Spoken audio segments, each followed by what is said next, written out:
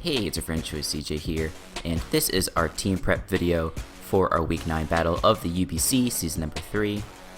We are the Baltimore Oriolus, and our opponent this week is none other than Jack, aka Mandog, and he is currently 8-0, sitting pretty at the top of the league. We are 6-2, so not doing too bad ourselves, but I'd be lying if I said I didn't feel this was an uphill battle. It's going to be really tough to overcome Jack. On the surface, it seems like we've got a relatively good matchup, but I think it's deceptively challenging. And I'll go over that in just a moment after I show you his team. So he has Togekiss, Scizor, Kyurem, Arcanine, Seismitoad, Vileplume, Thundurus, Mamoswine, Miltank, Pangoro, and Mega Alakazam. So the reason that it looks like I have a good matchup on paper is because his only normal resist is Scizor, which, definitely, it's definitely a problem for him to deal with the combination of something like Stoutland and Lopunny, which I am bringing, as you can see. The thing is that even though he doesn't have other normal resists, is that he has a lot of really bulky Pokemon that can take hits from those things. I'm mainly thinking of Arcanine and Vileplume. Seismitoad to some extent as well, but I think that's a little bit less true. He also just has a lot of other problem Pokemon for my team. Mamoswine is a Pokemon that I don't switch really well into. Same with Alakazam. And the thing that's really scary is, that I was thinking about as I was team building, is that I could bring like a Sandrush Stoutland, and then he can trace my Sandrush with the Alakazam and then outspeed my entire team, without a doubt. So, that came into consideration during my planning. I'm really expecting him to bring Scizor, Arcanine, Mamoswine, Alakazam. Those are the 4 that are definitely coming. I think Vileplume's very likely to come. In the last slot, I can see Thundurus, and that's probably the main thing that I see in the 6th slot there. But, of course he could bring anything. We've tried to consider every possibility. I don't... this is such a hard matchup to team build for. I don't feel good about my team. I feel like it's pretty bad. It has the ability to lose to a couple of different threats if you choose to bring them. For example, a bulky Scizor with like Roost and Knockoff and stuff could be really hard to deal with if I don't play around it correctly. Mamoswine in general is just really scary. Set up Thundurus can do a lot of work to my team. Offensive Arcanine has the potential to be pretty scary. And like a substitute Zam would be just really bad. I don't know what I would do against that. I really don't. So we'll see.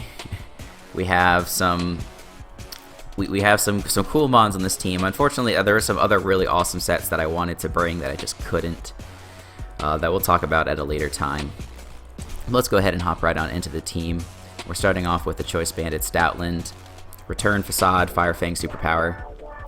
We have enough speed on this thing to outspeed Jolly Pangoro. So, Choice Band with Scrappy. Now, Stoutland on my team obviously makes a lot of sense as a Sand Sweeper, but as I mentioned, I don't want Alakazam to trace that ability if I can help it. And I can't just make this thing Scarf to account for the speed that I lost from not having Sand Rush, because Alakazam actually outspeeds Scarf Stoutland after Mega Evolution. So I figured the best thing to do with this Pokemon in that case would be just to run it as a wall breaking set. Return and Facade hit his entire team very hard. Superpower is there for hitting things like Kyurem if we need. Fire Fang is obviously for the Scizor. I'm running Scrappy instead of Intimidate because I don't want the Alakazam to trace my Intimidate either. That would also be bad. So this is the Pokemon that I need to just really put holes in my opponent's team. Like, basically, if something dies on my side of the field, I can bring this thing in and hopefully put a hurt on whatever wants to come in. Next up, we have Mixed Defensive Benjamin, our Bronzong holding a Colbur Berry with Stealth Rock, Gyro Ball, Rock Slide, Hidden Power, Fire. Stealth Rock because we need the hazards, Gyro Ball because it does good damage to things like Mamoswine, into Alakazam, Rock Slide for Thundurus, I guess the Arcanine in a desperate situation. It's probably never going to be clicked. Then Hidden Power Fire for the Scizor. This is a really good Mamoswine check, unless it's carrying knockoff, and that's why we have the Colbur Berry. Mamoswine is still definitely a threat to this thing. If he gets rid of the Colbur Berry, Mamoswine, like as I've mentioned several times, is just a problem for my team. So I hope I can somehow pick that thing off early. I might just lead with this Bronzong and try and get some damage off, because that'd be really nice. Rocks would also be good for his team, especially if he brings things like Arcanine or Togekiss. But I'm also relying on this thing to check like the Kyurem. It can also kind of check Scizor pretty well. So this is a very important Mon. If he's like bulky Scizor, then I don't think we could handle it with this set, which is going to be tough. Like a bulky SD would like set up all over this thing and I would cry. So we'll see how that goes. Also, this needs to be... I need to make that minimum speed. Yeah, with maximum attack IVs. That's what we need. That's why it wasn't doing as much as I thought it would on the calc. I was like really confused. I might end up putting a little bit more attack investment in this thing, because if I put a little bit of attack investment, it can do good damage to Mamoswine. But we'll see afterwards how that looks like. Next up, Clostridium, Safety Goggles. Recover Thunder Wave, Psychic Focus Blast. Kind of funky EV spread. We we put enough speed on this thing so that we actually outspeed an Alakazam after a Thunder Wave, which is pretty rad.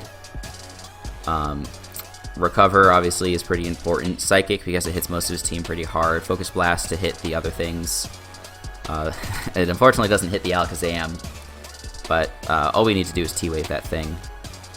Unless it's sub, then you know it's really crappy.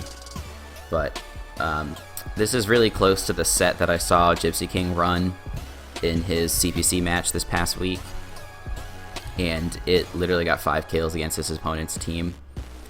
Depending upon what sort of Scizor set he brings and whether he brings Pangoro, this could also be a problem for our friend Jack. I don't think Pangoro is coming because he just doesn't have the space for it, so I'm pretty excited about that possibility.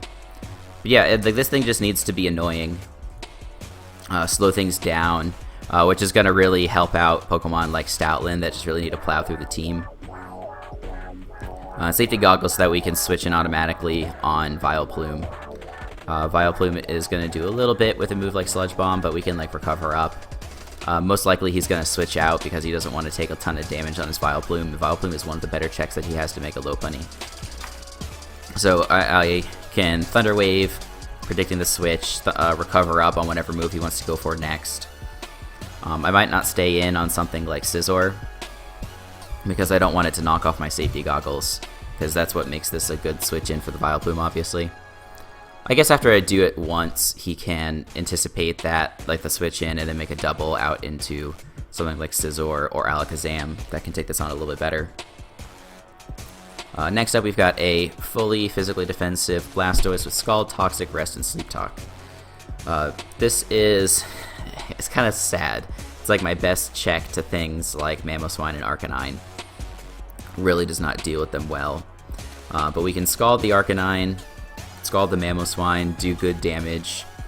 Toxic is there to, if we need to, like if we can't do enough damage with Scald on the Arcanine, we should be able to plow through whatever Mamoswine variant with Scald, so that's not a problem. Toxic also hits Plasmatoad, also hits Kyurem, so it's a good set in that way. And the Rest and Sleep Talk is just for the longevity, obviously, because this thing is going to be under a lot of pressure.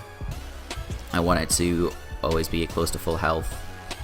We're going to have to play really carefully around with this thing because this can become fodder for something like Thundurus or other Mons on the team. So we'll have to play it very, very gingerly and make sure that we don't lose the game by leaving this thing in for too long. Next up, we've got a Assault Vest Emma Watson with Moonblast, Psyshock, Energy Ball, and Hidden Power Fire.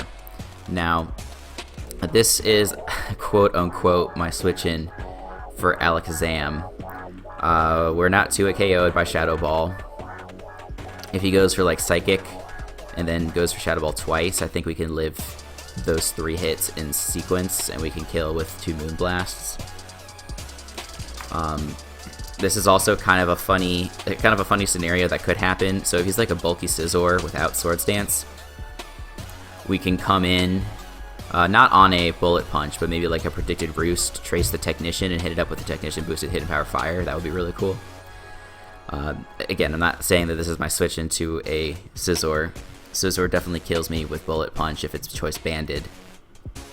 But I just feel like either the threat of like a bulky Scizor is just too real, so I needed to pack Hidden Power Fire on this thing. I really wanted to put a move like Thunderbolt or Focus Blast in this spot instead, but I just felt like I needed the coverage.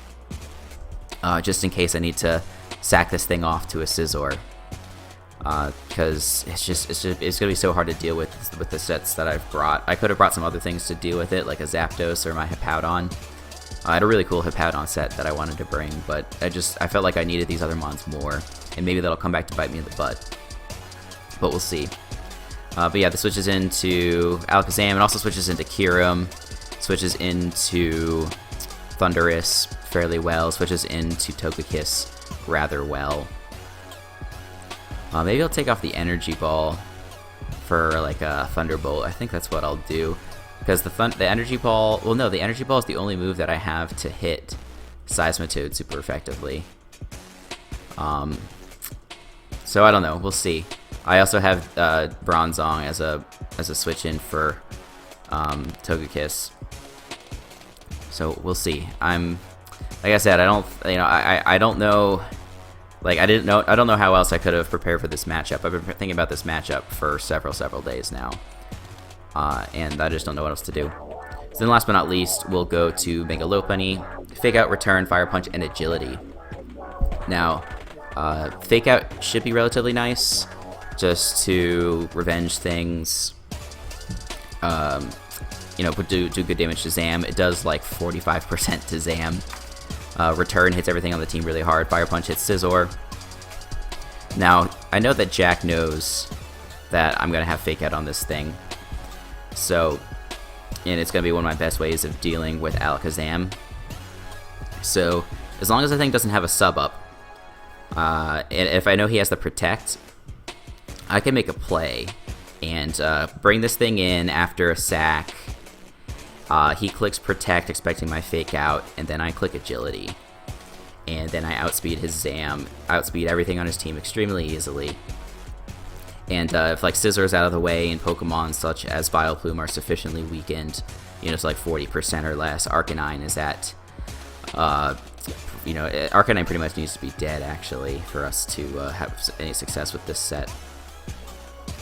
Then this Lopunny can win the game at that point because, yeah, like he just doesn't have anything that can, like other than Vileplume and Arcanine, that can take a big hit from this thing. The Lopunny's gonna do more than it's gonna do more than 50 or 60% with return to just about anything. So the goal is to whittle his team enough and weaken his team enough with like the Thunder Wave and the Toxics and Scald Burns, Stealth Rocks. Do some good damage with Pokemon like Stoutland to get his team weakened, bring in the Lopunny, and just finish off the game. I don't know if it's going to work, but I don't know what else I can do to prepare. Because, I couldn't bring, I didn't want to bring Haxorus, Zapdos, or Amoonguss because they all just get shat on by Mamoswine. And Scizor is also a good check for Pokemon like Haxorus, also checks Amoonguss pretty damn well. Arcanine checks Haxorus and Amoonguss pretty well. Seismitoad is going to wall my Zapdos if it's not carrying HP Grass. Well, I guess I could bring HP Grass on it because I have Heat Wave for the Scizor. But like Mamoswine is just such a good check. Miltank is also a surprisingly good check. So it's just tough. Hippowdon, as I said, was like a really, really good mon. Something I just came really close to bringing, but I just don't. I couldn't do it. I needed the other stuff more, I think. So, I don't know. I don't mean to sound like a stick in the mud here, but I don't think this is going to be a productive match for us unless I catch him completely off guard. I didn't really bring a ton of heat. I brought a bunch of funky stats, but I wouldn't quite describe them as heat, except maybe agility, Lopunny. So we'll see.